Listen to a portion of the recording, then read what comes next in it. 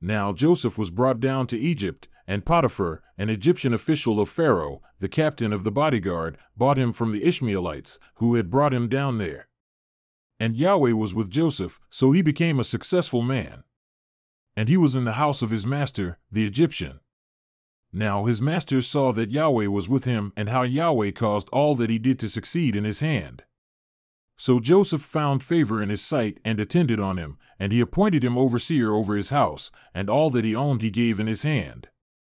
Now it happened that from the time he appointed him overseer in his house and over all that he owned, Yahweh blessed the Egyptian's house on account of Joseph. Thus the blessing of Yahweh was upon all that he owned, in the house and in the field.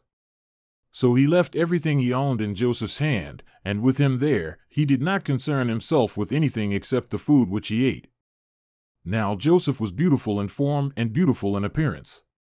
And it happened after these events that his master's wife set her eyes on Joseph and said, "Lie with me." But he refused and said to his master's wife, "Behold, with me here, my master does not concern himself with anything in the house, and he has given all that he owns into my hand. There is no one greater in this house than I, and he has withheld nothing from me except you, because you are his wife. How then could I do this great evil and sin against God?" So it happened that as she spoke to Joseph day after day, he did not listen to her to lie beside her or be with her. Now it happened one day that he went into the house to do his work, and none of the men of the household was there inside. Then she seized him by his garment, saying, "Lie with me." And he left his garment in her hand and fled and went outside.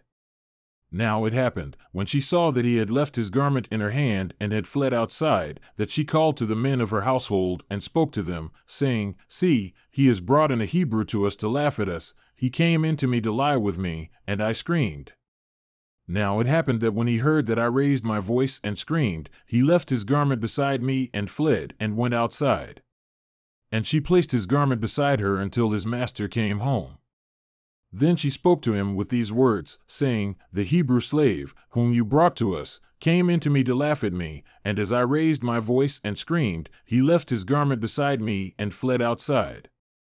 Now it happened that when his master heard the words of his wife, which she spoke to him, saying, "This is what your slave did to me," his anger burned. So Joseph's master took him and put him into the jail, the place where the king's prisoners were confined, and he was there in the jail. But Yahweh was with Joseph and extended loving kindness to him and gave him favor in the sight of the chief jailer.